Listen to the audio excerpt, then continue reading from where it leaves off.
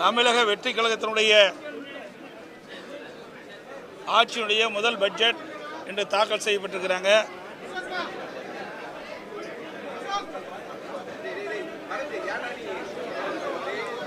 இந்த பட்ஜெட்டில் மக்களுடைய எதிர்பார்ப்புக்கு எதுவுமே பூர்த்தி செய்ய முடியவில்லை. இந்த அரசால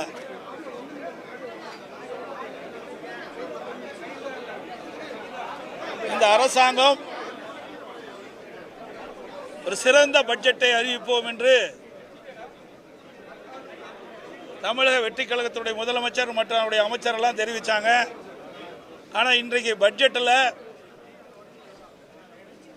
எந்த ஒரு முக்கியமான அறிவிப்பும் இடம்பெறவில்லை என்பதுதான் மிகப்பெரிய ஏமாற்றமாக தோன்றுகிறது. இதில் ஒரு சில மாற்றத்தை செய்வோம் என்று சொல்லி ஏற்கனவே இருக்கின்ற திட்டத்திற்கு ஸ்டிக்கர் ஒட்டி பெயர் மாற்றம் செஞ்சிருக்கிறாங்க. இதுதான் இந்த பட்ஜெட்டில் பார்க்கப்படுகிறது. இன்றைக்கு ஆட்சி பொறுப்பேற்ற பிறகு கிட்டத்தட்ட 85 நாட்கள் ஆகின்றன. சுமார் 85 நாட்கள் ஆகிறது. இந்த 85 நாட்களில் இந்த ஆட்சியில் எந்த ஒரு புதிய திட்டத்தையும் இதுவரை கொண்டு வரப்படவில்லை. வெறும் வசனத்தை பேசியே 85 நாட்கள் காலத்தை ஓட்டிவிட்டார்கள். எல்லாவற்றிற்கும் ரீல் விடுறதுதான் இந்த ஆட்சியுடைய சாதனையாக பார்க்கப்படுகிறது. ஆட்சிக்கு வருவதற்கு முன்பு மக்கள் எதிர்பார்க்கின்ற திட்டங்கள் நிறைவேற்றப்படும். இதுவரை எந்த ஒரு ஆட்சி காலத்திலும் கொடுக்க முடியாத திட்டத்திலெல்லாம் மக்களுக்கு வழங்குவேன் என்று வீரவசனம் பேசினார்கள். ஆனால் இந்த நிதிநிலை அறிக்கை இந்த பட்ஜெட்டில் பார்க்கின்ற பொழுது ஒன்றுமே எந்த ஒரு திட்டமுமே முழுமையாக இடம்பெறவில்லை. புதிய திட்டங்கள் எதுவுமே இடம்பெறவில்லை. தேர்தல் நேரத்தில் கொடுக்கப்பட்ட வாக்குறுதிகள் எதுவுமே நிறைவேற்றல. 2026 சட்டமன்ற பொதுத் தேர்தலின் போது தமிழக வெற்றி கழகத்தினுடைய தலைவர் மாண்புமிகு முதலமைச்சர் திரு ஜோசப் விஜய் அவர்கள் ஆட்சிக்கு வந்தவுடனே மகளிர் உரிமை தொகை 1000 ரூபாய் கொடுப்பதை 2500 ரூபாய் வழங்கப்படும் என்றும், ஆண்டுக்கு குடும்பத்திற்கு 6 சிலிண்டர்கள் வழங்கப்படும் என்றும், முதியோர் உதவித்தொகை 3000 ரூபாய் உயர்த்தப்படும் என்றும், படித்த இளைஞர்களுக்கு வேலையில்லா பட்டதாரி இளைஞர்களுக்கு 4000 ரூபாய் உயர்த்தப்படும் என்றும், அதோடு மீனவர்களுக்கு மீன்பிடி தடைக்காலத்தினுடைய நிவாரணத் தொகை 20,000 உயர்த்தப்படும். அதற்கு வழங்கப்படுகின்ற டீசல் மானியம் 3600 லிட்டராக உயர்த்தப்படும். இப்படி பல அறிவிப்புகளை வெளியிட்டாங்க. அதோட விவசாயிகள் 5 ஏக்கருக்கு குறைவாக வைத்திருக்கின்ற விவசாயிகள் தொடக்க வேளாண் கூட்டுறவு சங்கத்தில் வாங்கிய பயிர்க்கடன் முழுவதும் தள்ளுபடி. சிறு விவசாயிகளுக்கு 5 ஏக்கர் மேலே வைத்திருக்கின்ற விவசாயிகள் தொடக்க வேளாண் கூட்டுறவு சங்கத்தில் வாங்கிய பயிர்க்கடன் பாதி அளவு தள்ளுபடி செய்யப்படும் என்று அறிவித்தார்கள். ஆனால் அதற்கு மாறாக 75,000 வரை கடன் பெற்ற சிறு குறு விவசாயிகளுக்கு முழு கடன் தள்ளுபடி. அதற்கு மேல் கடன் வாங்கிய அனைத்து விவசாயிகளுக்கும் 35,000 தான் கடன் தள்ளுபடி என்று அறிவிக்கப்பட்டிருக்கிறது அரசாங்கம். அதுவும் ஒரு ஏமாற்று வேலை. அது மட்டுமல்ல, அனைத்து குடும்பங்களுக்கும் 25 லட்சம் ரூபாய் மருத்துவ காப்பீடு திட்டம் கொடுப்போன்னு சொன்னாங்க.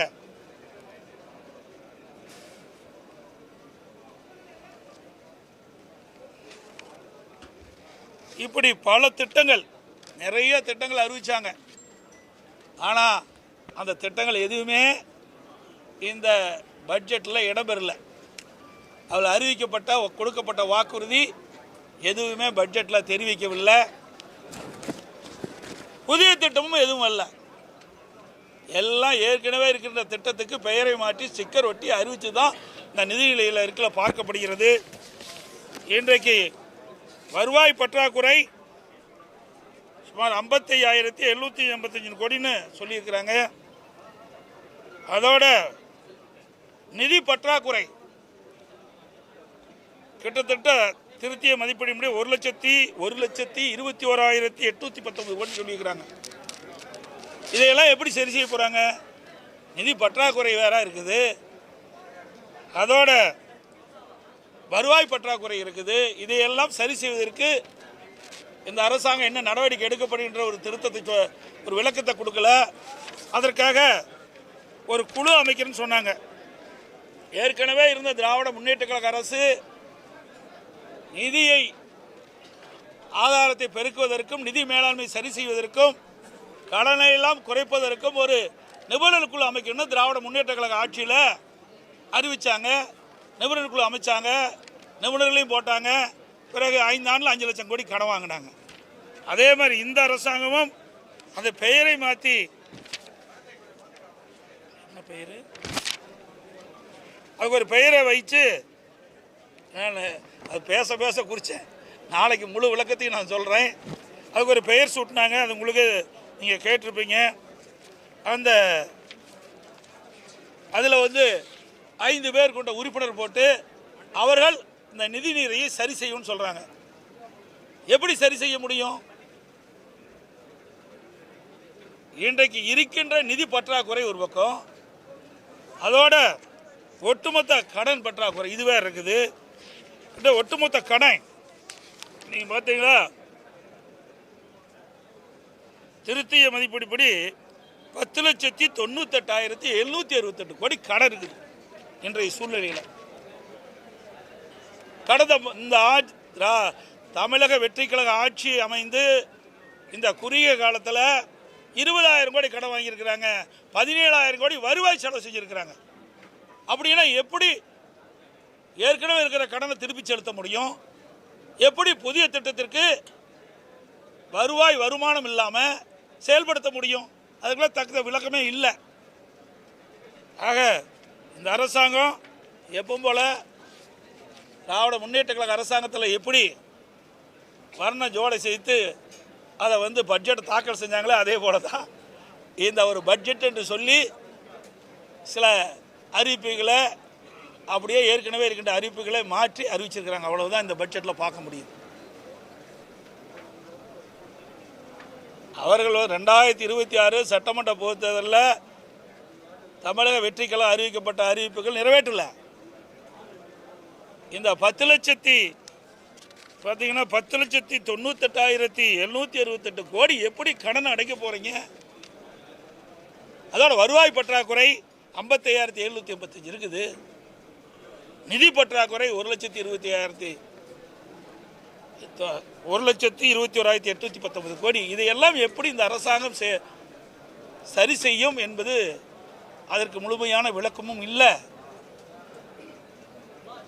இன்றைக்கு இந்த அரசாங்கத்தை பொறுத்த வரைக்கும் கடன் வாங்கித்தான் திட்டத்தை செயல்படுத்த முடியும் நிலையில் இருக்கின்றது என்பதை தான் யதார்த்தமான உண்மை. எவ்வளவு நாள் கொடுத்தா மட்டும் என்ன கடன்? அதுக்கு என்ன வழிமுறைகள் இருக்குது? ஒரு குழு போட்டால் அந்த குழு எப்படி நிதி ஆதாரத்தை பெருக்க முடியும், வருவாயை பெருக்க முடியும்? அந்த வருவாயை வருவாயை பெருக்குவதற்குண்டான வழிமுறைகள் எதுவுமே இதில் தெரிவிக்கலையே. கடந்த கால ஆட்சியில் இப்படித்தானே சொன்னாங்க. நிபுணர் குழு அமைச்சாங்க. நிபுணர் குழு அமைக்கப்பட்ட பிறகு அந்த நிபுணர் குழு கடன் வாங்கினதுக்கு தான் அமைச்சாங்க. அதே போல் இந்த தமிழக வெற்றி கழகத்தினுடைய ஒரு குழு அமைச்சிருக்கிறாங்க. அந்த குழுவும் 5 பேர் கொண்ட உறுப்பினர், அவர்களும் கடன் வாங்குவதற்கு தான் அமைச்சிருக்கிறோம் என்று சந்தேகம் எழுகின்றது.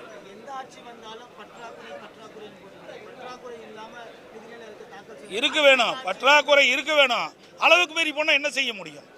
அளவுக்கு மீறினால் அமிர்தம் விஷமாகும் சொல்றாங்கல்ல, அதுபோல் அளவுக்கு மீறி கடன் பெற்றால் மாநில அரசுடைய நிலைமை என்னாகும்? நாளுக்கு நாள் கடனுடைய அதிகரித்துட்டே போகுது. ஆக இன்னைக்கு ஒரு புதிய திட்டத்தை அறிவிக்கிறேன்னா அதுக்கு தகுந்த வருவாயை பெருக்கி அதுக்கு தேவையான திட்டத்தை நீ கொடுக்கணும். இதே அனைத்து இந்திய அண்ணா திராவிட முன்னேற்ற கழக அரசாங்கம் இருந்தது. ஒரு வருஷம் 1 ரூபாய் வருவாங்க கிடையாது. கொரோனா காலம் 1 ரூபாய் அரசுக்கு வரி வருமானம் இல்லை. அந்த காலகட்டத்தை கூட சிறப்பான ஆட்சி கொடுத்தோம். எந்த திட்டத்தையும் நாங்கள் முடக்கலை. எல்லா திட்டமும் சிறப்பாக செயல்பட்டது. விலைவாசி கட்டுப்பாட்டுக்குள்ள வச்சுருந்தோம். கடனை அதிகமாக பெறல. ஆக அது ஒரு நிர்வாக திறமைமிக்க அரசாக அனைத்து இந்திய அண்ணா திராவிட முன்னேற்ற கழகம் செயல்பட்டது. அப்படி கடந்த கால அரசும் இல்லை, இப்போ இருக்கின்ற அரசும் இல்லை என்பதுதான் யதார்த்தமான உண்மை. அதாங்க ஏற்கனவே அதிமுக ஆட்சியில் இருந்த திட்டங்கள் பல திட்டம், தாலிக்கு தங்கம் திட்டம் அப்படியே கொண்டாந்துட்டாங்க, விலையில்லா கறவை மாடு ஆடுகள் திட்டம் கொண்டாந்துருக்கிறாங்க, பெண்கள் பாதுகாப்பு காவல் திட்டம், இதையெல்லாம் அதிமுக ஆட்சியில் கொண்டு வரப்பட்ட திட்டம். இதையெல்லாம் ஏற்கனவே தொடர்ந்த திட்டத்தை தான் அதுக்கு ஒரு பெயரை சொல்லி அந்த திட்டத்தை ஸ்டிக்கர் ஒட்டி அறிவிச்சிருக்கிறாங்க. சார் இன்னும் பல திட்டங்க, நடந்தாய் வாழி காவிரி திட்டம் ஏன் நிதி ஒதுக்கீடுல எவ்வளோ போராடணும். மேட்டூர் அணையிலிருந்து திறக்கப்படுகின்ற நீர் கடலில் கலக்கின்ற வரை அந்த நீர் சுத்தமாக இருக்க வேண்டும் என்பதற்காகத்தான் அனைத்து இந்திய அண்ணா திராவிட முன்னேற்ற கழக அரசு இருக்கின்ற பொழுது, நான் முதலமைச்சர் இருக்கின்ற பொழுது பாரத பிரதமரை சந்தித்து கோரிக்கை வைத்தேன். கோரிக்கை ஏற்று நாடாளுமன்ற கூட்டுக்குழுவில் அதை அறிவித்தாங்க. அறிவித்த பிறகு 2 வருஷத்துக்கு முந்தி மத்திய அரசாங்கம் அதற்காக 11,250 கோடி நிதி ஒதுக்கீடு செய்யப்பட்டது. கடந்த கால அரசு அதை நீர்வளத்துறை இதில் வந்து மானிய கோரிக்கையில் அதில் திட்டத்தை கொண்டாந்து அறிவித்தாங்க. மாநில அரசு 40%, மத்திய அரசு 60%. அதை காண்பிக்கவே இல்லை. எவ்வளோ அருமையான திட்டம். மாசுபட்ட நீர் நதியில் கலக்கக்கூடாது. மேட்டூர் அணை திறக்கப்படுகின்ற நீர் 2 கரை ஓரமாக இருக்கின்ற நகரத்திலிருந்து வெளியேறுகின்ற அசுத்த நீர் சுத்தப்படுத்தி ஆற்றில் விழுவது. பவானி சாகரிலிருந்து வருகின்ற நீர், நொய்யிலிருந்து வருகின்ற நீர், அதே போல் அமராவதியிலிருந்து வருகின்ற நீர் மற்றும் ஓடையிலிருந்து வருகின்ற நீர்களெல்லாம் அதை சுத்தப்படுத்தி அந்த நதியிலே விடுவது, ஓடையிலே விட்டு காவிரியிலே கலக்கின்ற பொழுது சுத்தமான நீர் மக்களுக்கு குடிநீர் சுத்தமான கிடைக்க வேண்டும் என்பதற்காகத்தான் இந்த திட்டத்தை கொண்டாந்தோம். அதுவும் இடம்பெறல.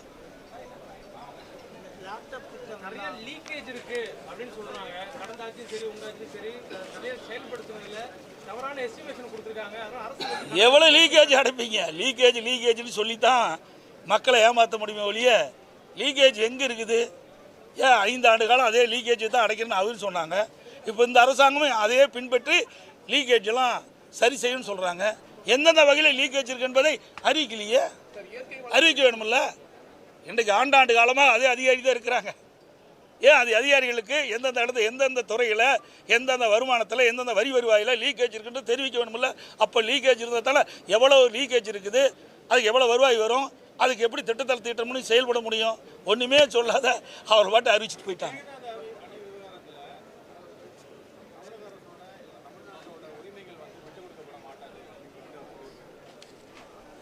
விட்டு கொடுக்க மாட்டாது என்று சொல்கிறாரு. ஆயில சொல்லி என்ன பண்ணுறது? அனைத்து இந்திய அண்ணா திராவிட முன்னேற்ற கழக அரசு இருக்கின்ற பொழுது இதற்காக எவ்வளோ நடவடிக்கை எடுத்தோம் நல்லா நினச்சி பாருங்க. அம்மா இன்றைக்கு காவிரி நதிநீரை பிரித்ததற்கு 4 நாட்கள் உண்ணாவிரதம் இருந்தாங்க.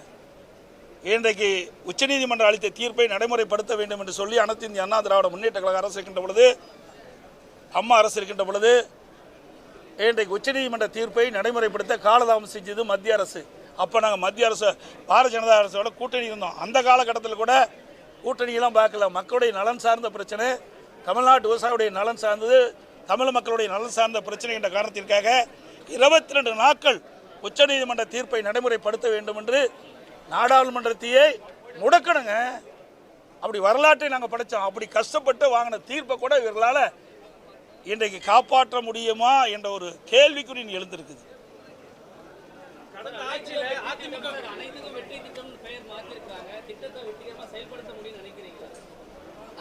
வெற்றின்னு சொல்லிட்டு இருக்கிறாங்க. ஏதோ ஒரு கால சூழ்நிலையில் வெற்றி பெற்றுட்டாங்க, அதையே அவர் நினைச்சிட்டு இருக்கிறாங்க. இன்றைக்கு இந்த பட்ஜெட் மூலமாக மக்கள் உணர்வார்கள். இந்த பட்ஜெட்டில் வெளியே வந்திருக்குல்ல, இதனால் மக்களுக்கு என்ன நன்மை கிடைச்சிருக்கு மக்கள் சிந்திப்பார்கள். சிந்தித்த பிறகு அடுத்த தேர்தலில் உரிய முடிவு எடுப்பார்கள்.